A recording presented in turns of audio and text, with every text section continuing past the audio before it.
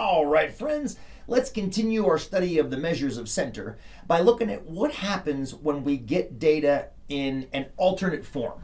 Alternate to what, you might ask? Well, yesterday we dealt with what I call raw data. Now, raw data, you can actually see each individual data point, and you can do all the measures, the proportion, the average, whatever you want to do on the raw data using the techniques that we studied yesterday. But what if the data comes to you in a form like this? I call this group data just because the data has been consolidated into what's called a distribution. But those are just fancy words. We talked about those in the first week of class. Let's make sure we actually know where the data is here and what this graph is showing us. Now, first off, the technical name for a graph like this is a histogram. Excel calls them bar graphs. At least that's how I made this one. But histograms, bar graphs, what they're showing you is they're showing you data that's consolidated into groups. So what is this data? Well, take a look at the title of the chart, Distances for Sean's Commutes Home. I downloaded all the data that I could out of this app I use called Strava, and I don't know how many years I've been using it, but I pulled all of my commutes home that don't include the errands that we talked about earlier, and I dropped them into an Excel spreadsheet. A funny little note, the last ones we looked at, those the numbers were the 11 and a halves and the 12s and the 12 and a halves. Those were actually in kilometers. I downloaded them and didn't think twice about it, but apparently they get downloaded in kilometers. So these I converted to miles. So where are these miles? Well, that's the horizontal axis down there. You can actually see the title, Miles in Commute. And then I've broken the commutes up into groups of 3 to 4 miles, 4 to 5 miles, 5 to 6 miles, all the way up to the longest one I had, which was somewhere between 11 or 12 miles. Now, the first thing you might want to know is how many different commutes are actually represented by this histogram.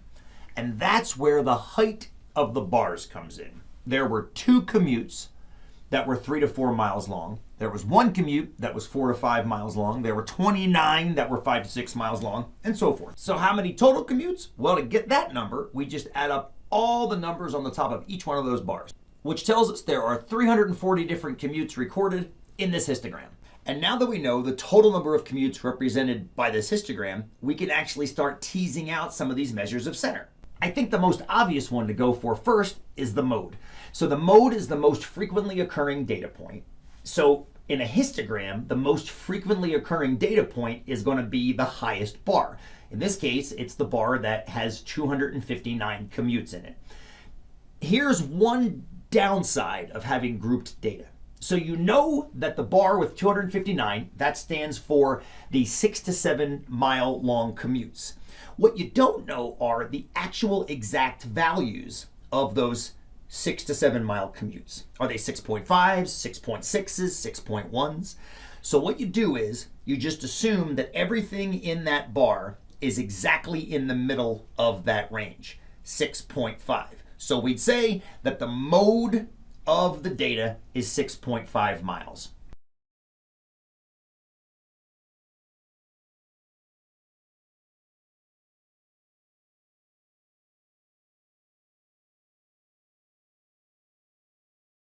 I think another pretty straightforward statistic we can get from this data is percentages, proportions. For example, what percentage of my commutes are between 6 and 7 miles? Well, we can just simply take the number of commutes that are between 6 and 7 miles and divide them by the total number of commutes in the data set. You get about 76%. Nice. Now, to get the other measures, the median and the average, it takes a little bit more doing. We're actually going to save the average for the next video, but let's attack the median now. Now, if you remember from the raw data case, we have to first put the data in order, either ascending or descending. The good news is it's already in order. It starts down there at 3 miles and goes all the way up to 12.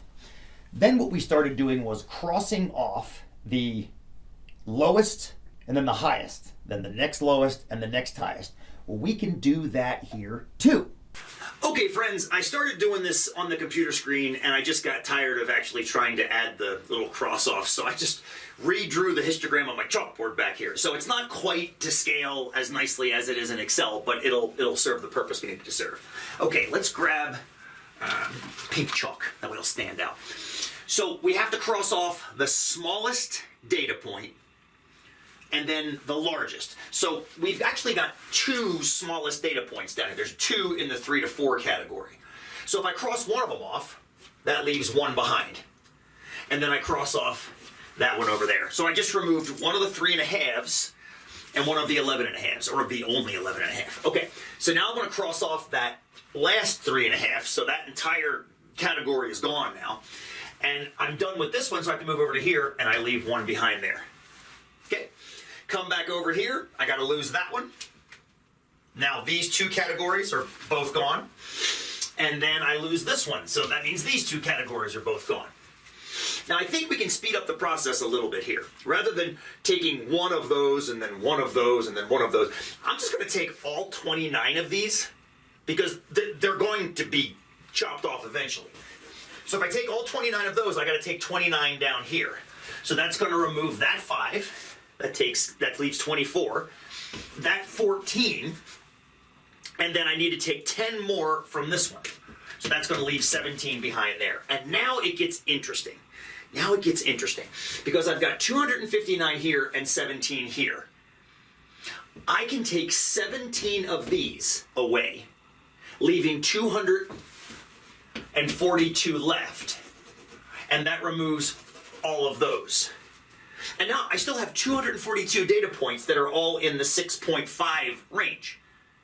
Well, that means I can stop chopping now, right? I can totally stop chopping, because if I chop, I'm just going to be chopping 6.5s, which means when I get to the middle of this data set, which I will, it'll be 6.5. So just like the mode, the median of this data set is 6.5 miles as well.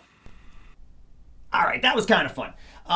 The average, let's save that for the next video. It's definitely a little bit more mathy than any of the median mode or the proportions that we just did. If you had me in Math 105 or Math 98, you've actually done the math needed for the average, but you may have forgotten it. So let's take a look.